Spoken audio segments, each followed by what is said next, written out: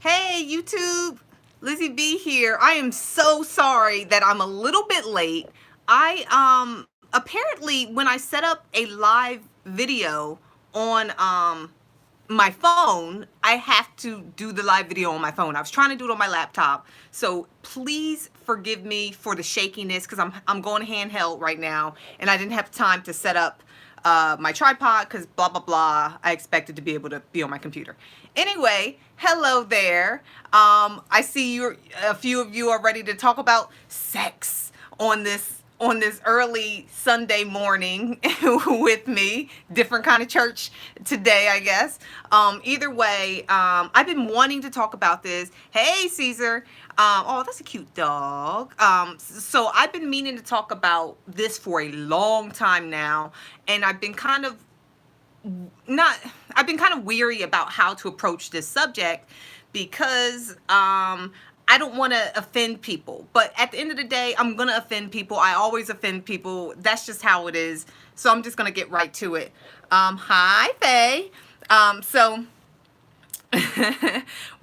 one thing about waking up is that many of you know that I woke up from the Jehovah's Witness religion, and I talk about that quite a bit because it's affected so many aspects of my life. But one thing about waking up that I'm sure many of you already know is that you never stop. It never ends. Like just continue to wake up. And that's part of the reason why I even mentioned not wanting to offend people, because a lot of my waking up has not just been from the Jehovah's Witness religion. A lot of it has been from religion in general. And I'm not saying that all religion is bad and nobody should ever have religion or whatever. If you want to religion, go on in religion. I'm just telling you that I've woken up from that as well, because there are a lot of things that I've observed and I've experienced within religious institutions. And I'm getting somewhere, trust me, when I'm talking about sex. But there's a lot of things that I've noticed when it comes to religion, and one of those things is there's a preoccupation with other people's sex lives. God is really, really apparently interested in what consenting adults want to do in their private in their private lives. And when I was a Jehovah's Witness, it seemed to make sense. But once I woke up, I realized how creepy it was. And now that I continue to wake up, I continue to really see how it makes no sense, and it's really, really super duper creepy. So I'm gonna just I'm wondering if I should just come out and say it or if I should just build up to it. But so I'll just build up. When I was a Jehovah's Witness, I did my single and Jehovah's Witness video. A lot of you guys have seen that. That's a pretty popular video. I still get comments on that video.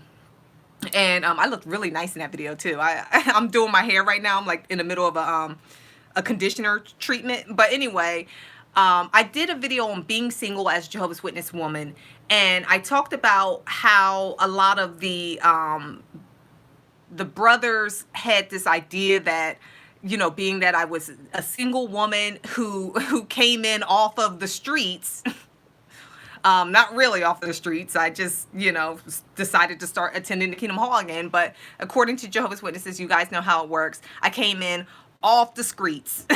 So, hey, LaTanya. And so anyway, I had a lot of weird experiences. A lot of the brothers would approach me. A lot of people thought that I was easy. I remember the sister that I had mentioned in a video that I did last week. She was trying to tell everybody that I'm super duper. I think some of the sisters were married and they were talking about sex, which is something a lot of us, the married sisters would talk about quite a bit in a very braggadocious way because they knew the rest of us weren't allowed to have sex. So they would talk about, oh, well, me and my husband and that kind of thing. And everybody kind of got uncomfortable because I was sitting there and one of the sisters was like, oh, no, Liz has plenty of sex or something along those lines. And I was, number one, I was like, where did that come from? But number two, it was just like, why would you say that? You know what I mean? Like, that's rude. But that, the idea that women are either people that a woman is someone that has had sex or is a virgin, or as I would put it, has had sex, is a whore, is, whatever, or is a virgin.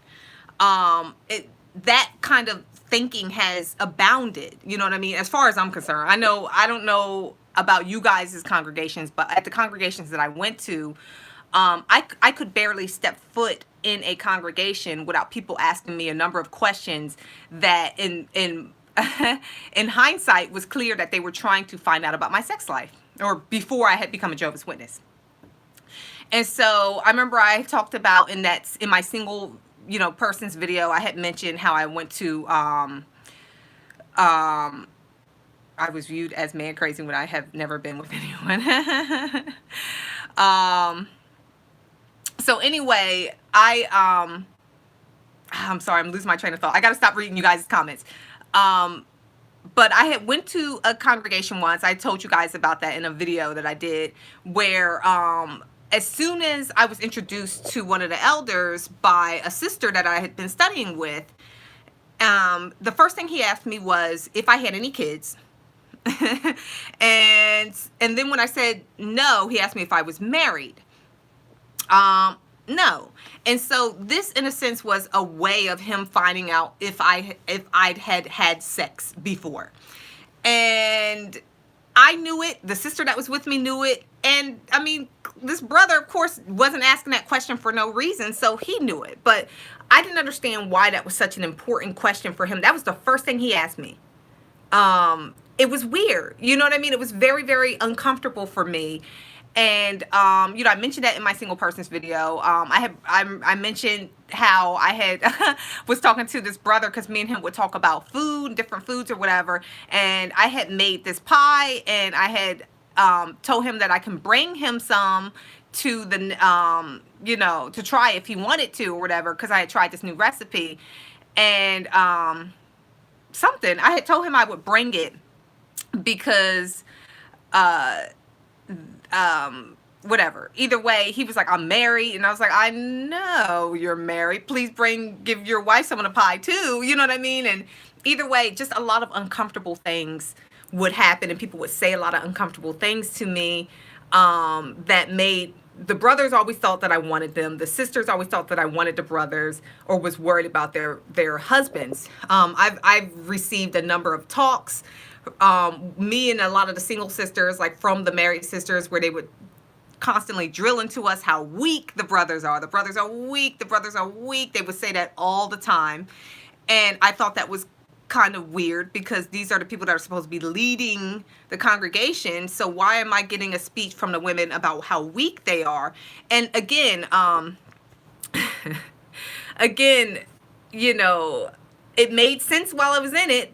I was like, yeah, I guess the brothers are weak. Let me make sure that I'm all covered up, that I'm as, plain as possible, And I worked within the social construct to make sure that I didn't shake any tables. You know what I mean? I didn't want anybody to be uncomfortable. I wore the frumpiest of dresses. And, I made sure to kind of keep myself a certain way, because that's how we were taught to be. But I still felt like I was in a meat market. When I walked into that Kingdom Hall, if there was another single brother there, they would always push them towards me. I think I was one of the only eligible aged women. The only problem with me was that I wasn't a pioneer. I hated field service. I didn't like going out in field service. I didn't do it very often. And so a lot of times when new brothers would come, the first person they would want to talk to was me. As far as like being interested in finding someone, and everybody would kind of tell them, no, she doesn't do field service, that kind of thing. And they would, I need a spiritually strong sister, that kind of thing. And so, and it didn't bother me, because I really wasn't interested in anyone. So I say all this to say that sex and relationships and that kind of thing was really, really important within the Jehovah's Witness religion, but a lot of the focus was put on women. I remember there was this brother that was particularly, every time he was given a talk, the talk would really, really be focused and aimed towards women in terms of, how are you carrying yourself? How are you, what are you doing to make sure that you're not seducing these brothers? He had gave this talk that was so detailed that it made me, I was just like, these are things I wouldn't have even thought about, where he was talking about how if a sister had to give a presentation, and she was walking up, to the stage, that it's important for her to wear a slip, because if her legs part and she's not wearing a slip, you can see where her legs part. And that might turn some of the brothers that sit closest to the stage on, because they can see so much detail. I would have never in 1,000 years thought of that. That is some next level perv stuff. You know what I mean? Like, in my opinion, like, I would have never thought, I didn't wear slips under my burlap sack dresses that I wore. Like, the dresses that I wore were so frumpy and thick. It looked like something somebody would wear in in the Middle Ages. And this brother is telling us that on top of the frumpy stuff that we already got to wear, and the, dresses down to the ankles, and the, covering everything up and making sure we look like grandma, on top of all of that, we got to wear a slip because our legs might part. It was just, it was too much. It was a lot. And so I started to understand, while I was Jehovah's Witness, that essentially religion, a lot of, when it came to the Jehovah's Witness religion, and then religion on a wider basis, a lot of it is geared towards women in terms of how we need to carry ourselves, and how we need to look like this and represent that, and represent purity. Now, the only other time that I can think of in the history of the world where purity was such a big deal is when fathers were selling their daughters that were virgins. If you were a father and if you had nothing but daughters, and some of those daughters had sex at some point, or were seen with boys, people would assume that the ones that were around boys had sex, and that you couldn't sell them. You wouldn't be able to sell the ones that people would question whether they had sex or not.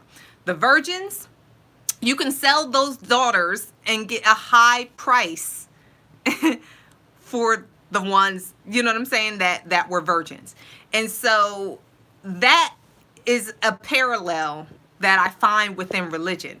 Purity is everything in religion. It's everything. And the reason why is because, they tell women constantly that you're going to find a good man, you're going to get a good man if if you're pure, if you look pure, if you carry yourself as a pure woman, if you carry yourself in a very virginal way. And in a sense, it's a way to get men to join your congregation. And so I remember I would go out and field service. Oh, wait, hold on. It says we all was told at a JW convention to stop wearing makeup at a certain Kingdom Hall so that wouldn't upset the pioneers. I'm curious whether that was female pioneers or not. But either way, I'm sorry, focusing on the video. But I say this to say that essentially church is a meat market. And it's a way women go to church, period. Every church, every religion that you find, you're going to find more women than men. Number one, we make up a little bit more than half the population, half the human population. And then secondly, we're drawn, I don't know how to explain it, but we're drawn to spirituality, I feel like, in a way that men aren't, and they don't have to be because of patriarchy. Men can move through society in a freer way than women can. And so because of that, you're going to see more women in churches. And so if you have a lot of attractive women, virginal women, pure women, it's gonna draw men in. It's kind of like how they do at the club where it's like women get in free before 11. That's to get men there. And so I remember a lot of the talks that we got at the Kingdom Hall, so many of them were geared toward women and how we need to carry ourselves. And I strongly, strongly believe the reason why is because we need to be able to draw men into the religion. And, I'm not going to lie, like when I was single and when I was going to the Kingdom Hall, I didn't want to marry a brother. I was not interested in a brother. And so I told you guys, I would go out on dates. I would meet, other guys, like guys that I went to school with or whatever. Like I would go out with them and, that kind of thing. And my intention was to bring someone in, to bring someone in to the religion. And I brought my husband in, unfortunately, you know what I mean? And so I say this to say that I don't think my husband would have joined had I not brought him in. He would have been interested in me regardless. He would have been interested in me, whether I was Jehovah's Witness, whether I was Muslim, whatever, it doesn't matter. But being that I carried myself a certain way, my husband was attracted to that, and it managed to get the organization another brother. And they were grooming him to become an elder. And so I say this to say that the obsession that these religions have with people's sex lives, with people's purity, is for selfish reasons, because they're pulling in Johns. They're pulling in clients. They're pulling in people that otherwise would not have been interested in the religion because there are virgins being offered up. There are pure women, good, pure women. I was watching the show, what's the show? With Issa Rae on HBO, Insecure. And one of the main characters, if you guys watch a show, if you don't, you should. It's a really great show. But one of the main characters, this guy, was like, I need to find a good woman. And so guess where he goes? He goes to church. And sure enough, he meets a really nice woman, very smart, very pure, whatever. But at the end of the day, like, it's common knowledge. It's a trope at this point. Like, men know that if they want to meet a good woman, they go to church. And that's another thing that a lot of people find when it comes to the Jehovah's Witness religion. I know that it was a joke with us, it was a trope with us as well, is that we would laugh because there were so many really attractive women, and they would be with these brothers that you would think to yourself, only in the Jehovah's Witness religion, only in this religion would you see that, would that man be able to get that woman? Because there was not a lot of women.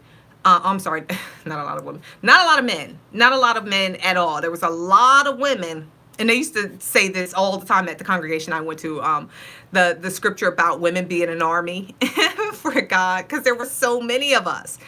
And so there was not a lot of men. So if a half decent man walked through the door, everybody is like, charge, get him, you know what I mean? So this man had his pick, whereas in anywhere else, he would not have his pick. Lady C talks about it in her video. In her videos, she said that finding a man was like going to the grocery store right before a hurricane or something, where everybody done raided the grocery store and you're looking around for some bread or something, and there's like one pack of bread and it's half open and you're like, at least it's something. And she literally said that's what it's like, and I couldn't agree more. So it's just really, really interesting, because when you think about it, it puts everybody in a situation where they're accepting relationships that they would not accept otherwise. They're completely taking people away from the process of dating, because as we all know, in the Jehovah's Witness religion, when you want to when you date someone, you're dating them with an eye to being married to that person.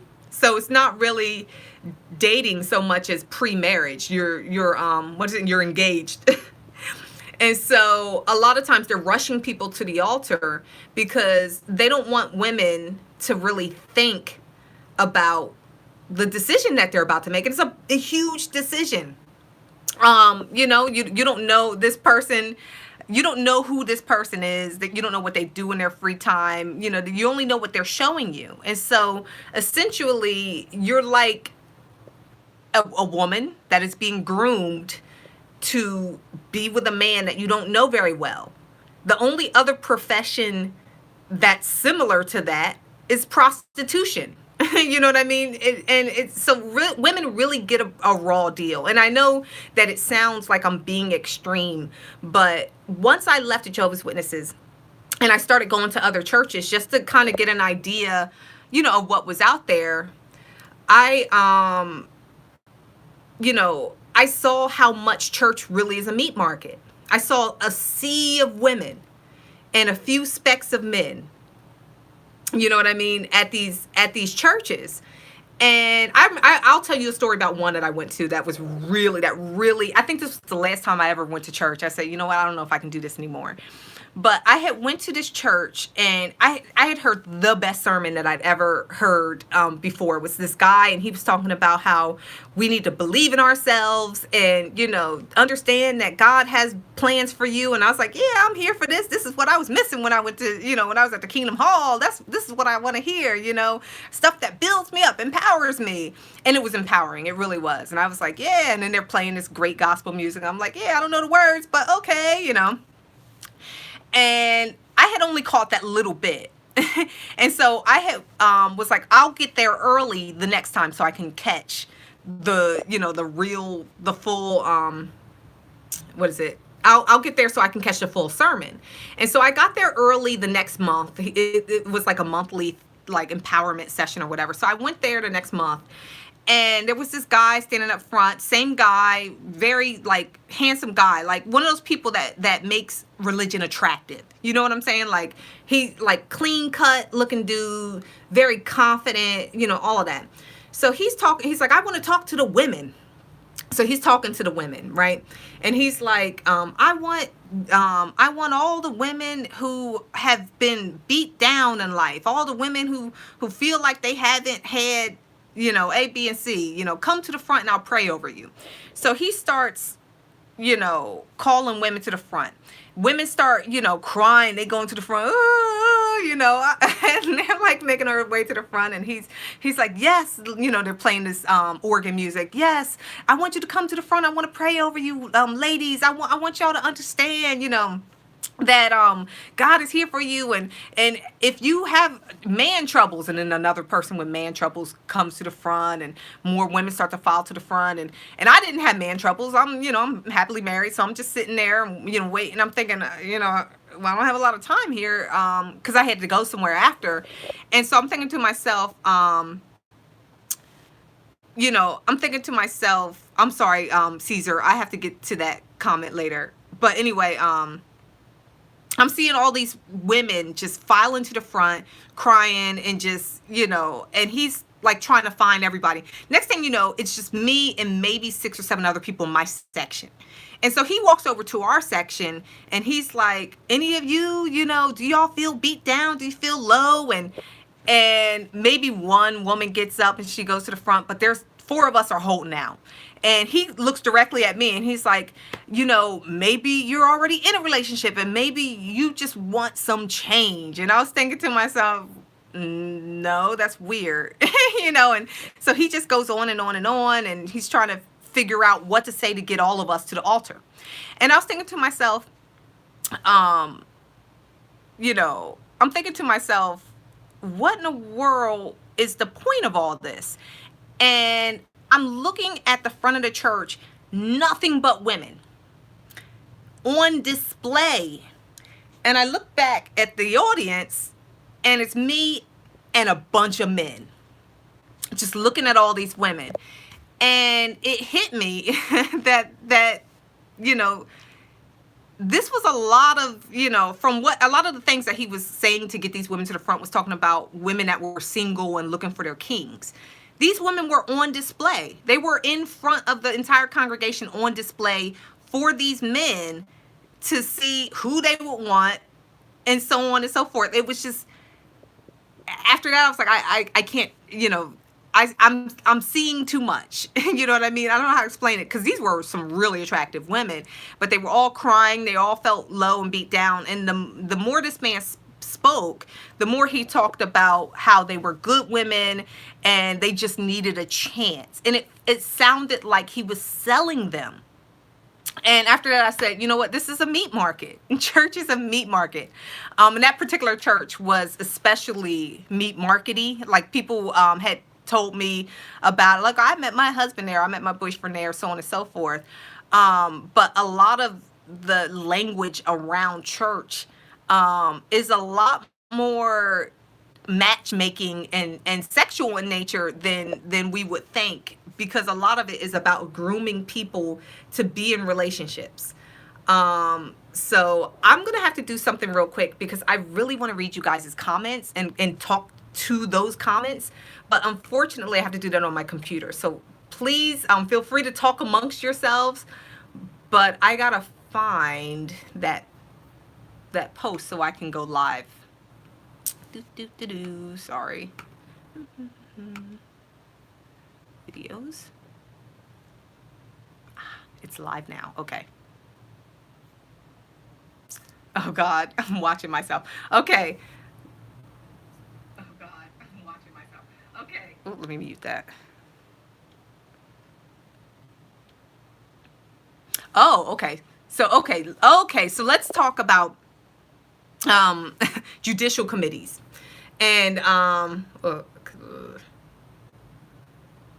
okay, got it. All right, so Caesar Smith, you on it? Look at you. Draw the parallel. One of the highest money profiting business worldwide is human trafficking, and religion is a form of getting these girls and women groomed for men. Exactly. So that's mainly the point that I'm making, is that with a lot of these religious organizations, it's a great way to get women involved. And when you draw in the women, and when you tell the women how to act to draw in the men, that's how you get the men in. And when you get the men, you're getting the money. And so a lot of these men are paying tithes, at religions and churches all over the world, so that they can be in a position to be able to be in power, whereas in other areas of life they would not have been. I did a video before, I think last year or 2 years ago, called what is it, Don't Believe the Man Behind the Curtain, or something like that. It was a reference from Wizard of Oz. And I talked about how a lot of the brothers, were in positions of power outside of the Kingdom Hall. So when they go to the Kingdom Hall, suddenly they are in charge of other people's lives. They're in charge of women.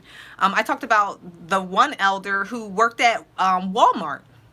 He was a greeter. He was one of those people that put stickers on you when you walked in, like an elderly greeter. That's what he did. But he was a tyrant at the Kingdom Hall we went to. A tyrant. He was responsible for ruining people's lives.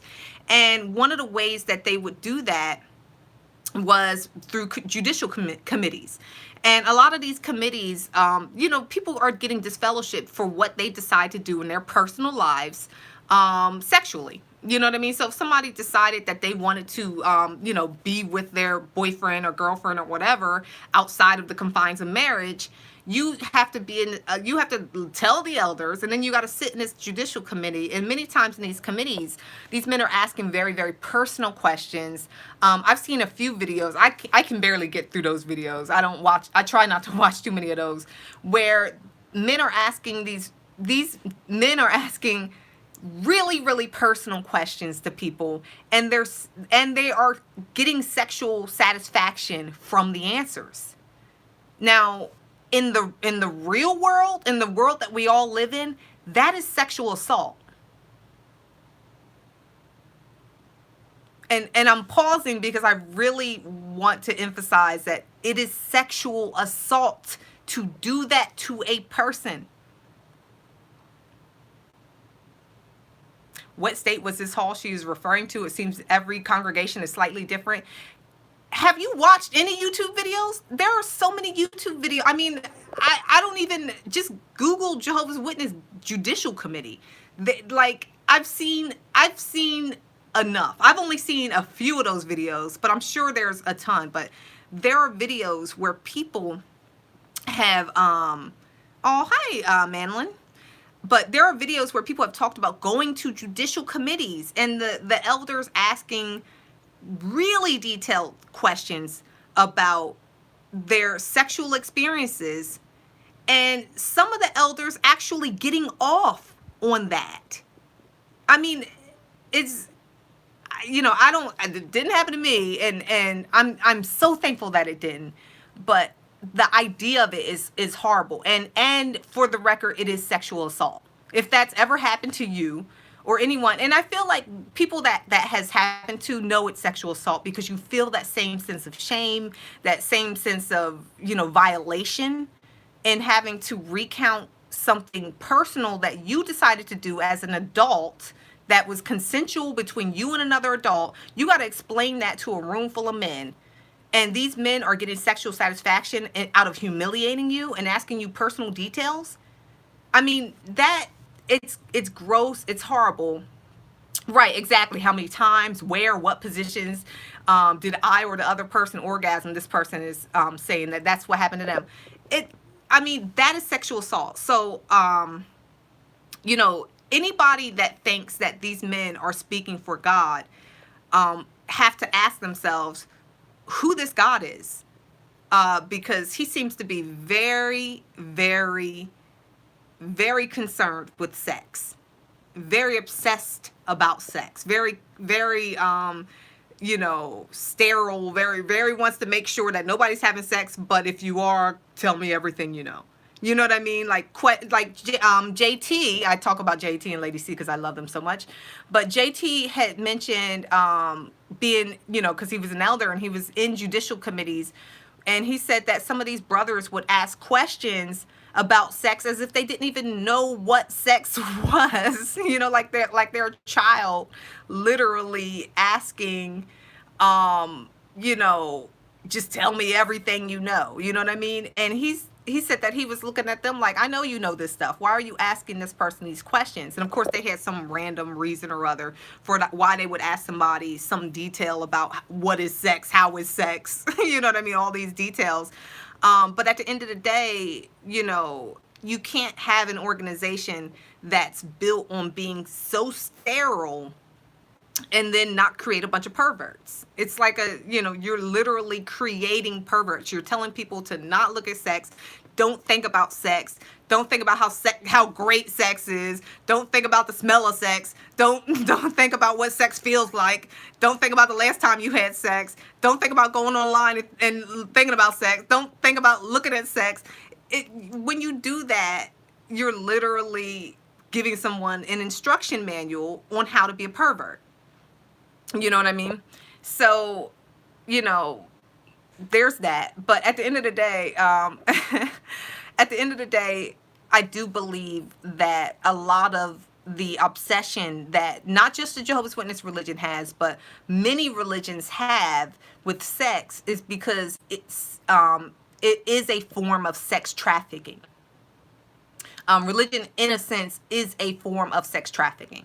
And I say this in that they push women to act a certain way, live a certain way, groom ourselves, and be this idea of purity, so that we can bring in men, and men that would not have otherwise have their pick of whatever woman they want can have their pick of whatever woman they want. One show that I watch a lot is The Deuce. I don't really like that show, to be honest. I really watch it because my twin sister watches it, and we watch shows together. So if she watches it, I'll watch it, and so we can talk about it. But one of the things that that's really interesting to me about The Deuce, it's a show about prostitution. It's on HBO. Is that so much of these men's livelihoods is about telling these women how to act, how to pick up men, how to be pickup artists, what to do, what to say, how to, so on and so forth. And Theodore, please. Send me your cell phone. Theodore, please. I'll send you my husband's cell phone number. But I know that you're probably not like that, but I'm sorry. I'm scared. I don't know you.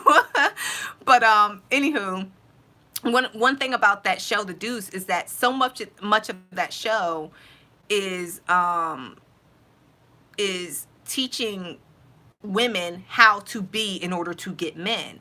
And when you parallel that with religion, so much of that it's very, very similar. You know, I mean, when I think about that elder telling our congregation, I mean, that was one of the few talks that he'd given where he went into detail about how we are to carry themselves in all of the ways that brothers are turned on by women. You know, that was one of the one of the many talks that he'd given on from behind that podium to a sea of women, to an army of women, about how we are to carry ourselves. And it's really, to me, it's just, in hindsight, and when I think about it now, and even when I go to church now, I can't unsee it. I can't unsee how many beautiful, smart, capable women are being forced to kind of choose from a very, very small selection of men who feel like they are owed so much. And then on top of that, all of the teaching and preaching about submission when it comes to Jehovah's Witness religion, as well as religions in general, gives men their own servants. You know what I mean? And of course, I know there are some guys that are listening to this and they're like, I wish like my wife does not listen to me, so on and so forth. But at the end of the day, you know, there are a lot of women that do believe that it is their job to be subservient because that's what they're taught through religion. And Clark, I wonder too if these elders know that they're creepy.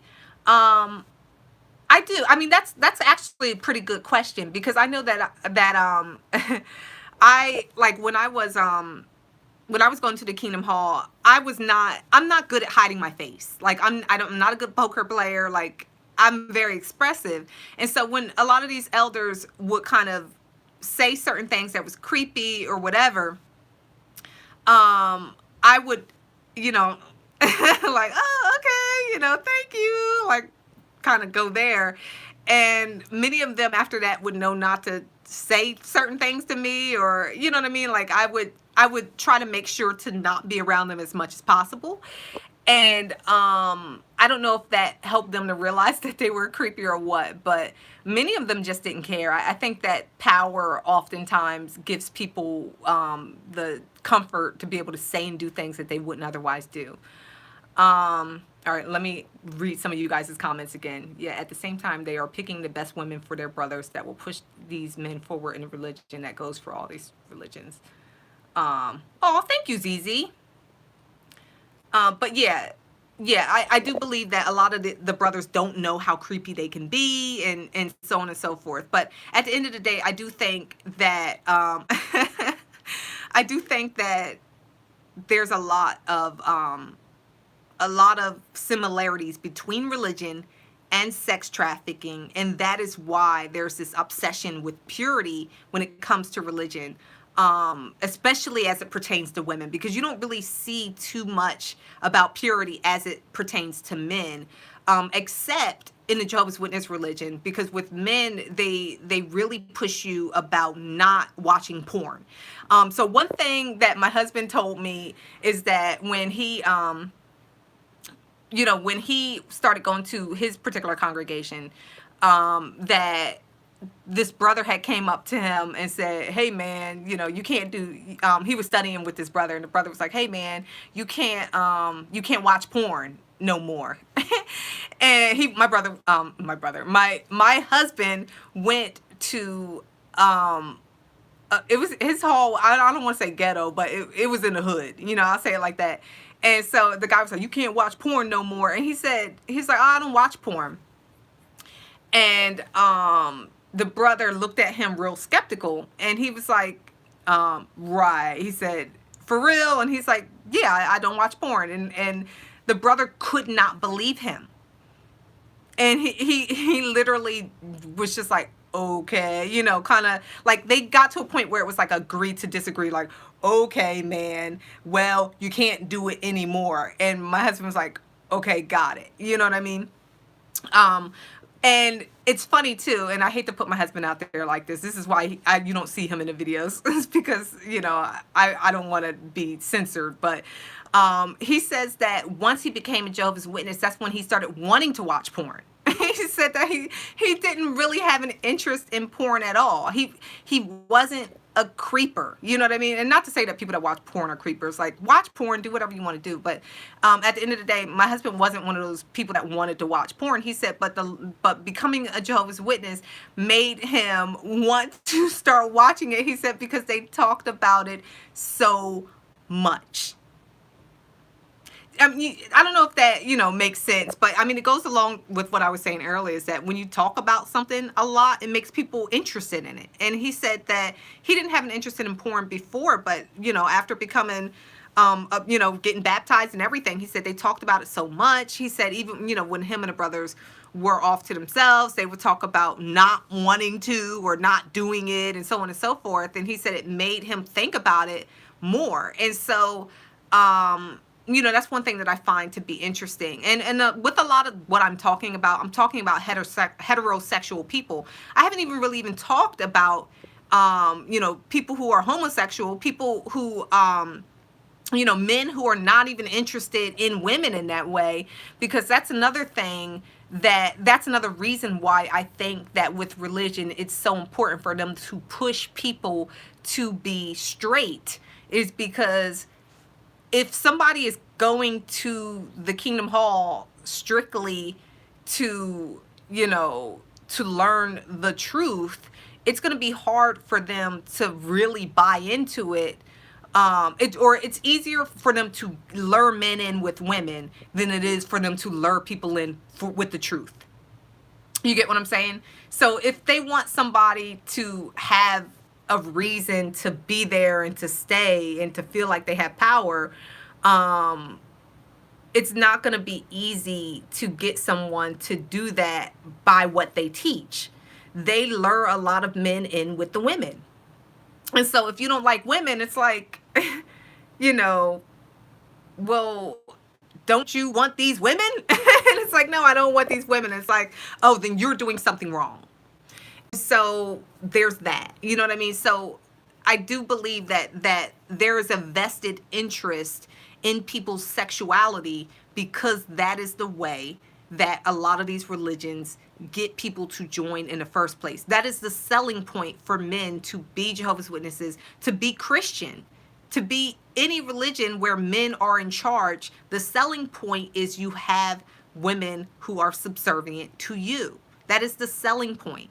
And that's kind of the selling point of sex trafficking. So, you know, that's pretty much it. I'm going to read through some of these comments a little bit to see if there's anything that I missed. But ultimately, I do think that there is really no reason for sexuality to be so important when it comes to religion, outside of the fact that by making something taboo, by making something untouchable and something like, you know, titillating, I guess, that is how you get people lured in. One of the things that I did when I was in college was I joined a sorority. I joined this sorority because I was curious. There were, you know, a bunch of girls on campus, and they were really, really attractive. And they had, you know, cute matching outfits, and they looked like they knew something that I didn't know. You know what I mean? And they were only the best joined their group. You know what I mean? And so I was like, okay, well, I'm the best. You know, what do you guys do? And oh, you wouldn't want to know. That's just for us to know. You know what I mean? And so that's what lured me in. Taboo things, secrets, the best of the best. All of these things are what Jehovah's Witnesses really, you know, really use to kind of lure people in, is that we're the best, we look a certain way, we carry ourselves a certain way.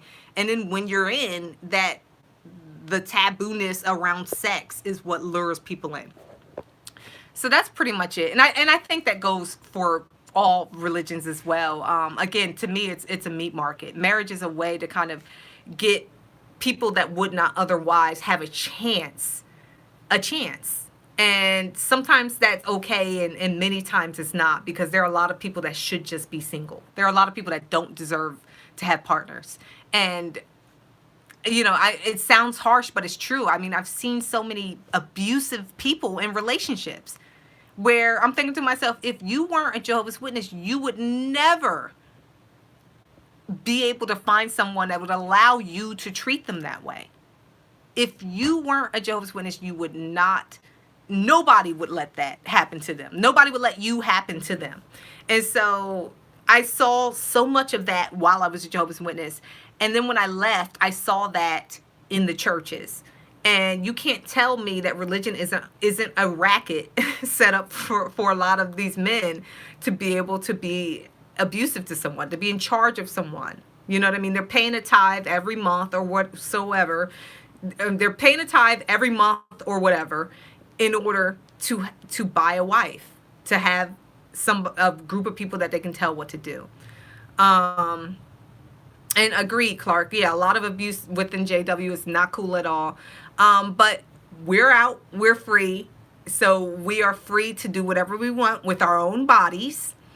And as long as it's consensual between you and that person, and they're in a position to be able to consent, there's literally nothing wrong with being an adult and being in charge. If anything, it's shameful to answer to another adult. It's shameful. You know what I mean?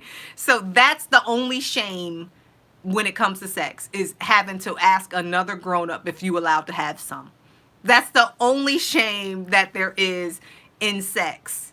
That's it. Throw off the chains. You don't have to answer to a committee because you and another consenting adult did something that y'all both enjoyed. So, if that's it for my video today. I've been saying that's it all this time. So, but this is it for real. So thank you so much for watching. Thanks for all your comments. Latanya, thanks for pushing people to the thumbs up. You're amazing. And yes, thank you so much, Caesar Smith. And I'm going to just read through this and enjoy the rest of my Sunday. And I really, really hope that you guys all enjoy the rest of your Sunday as well. And I hope that you have consensual sex with whoever you want to have consensual sex with. And I'll see you next week. Bye.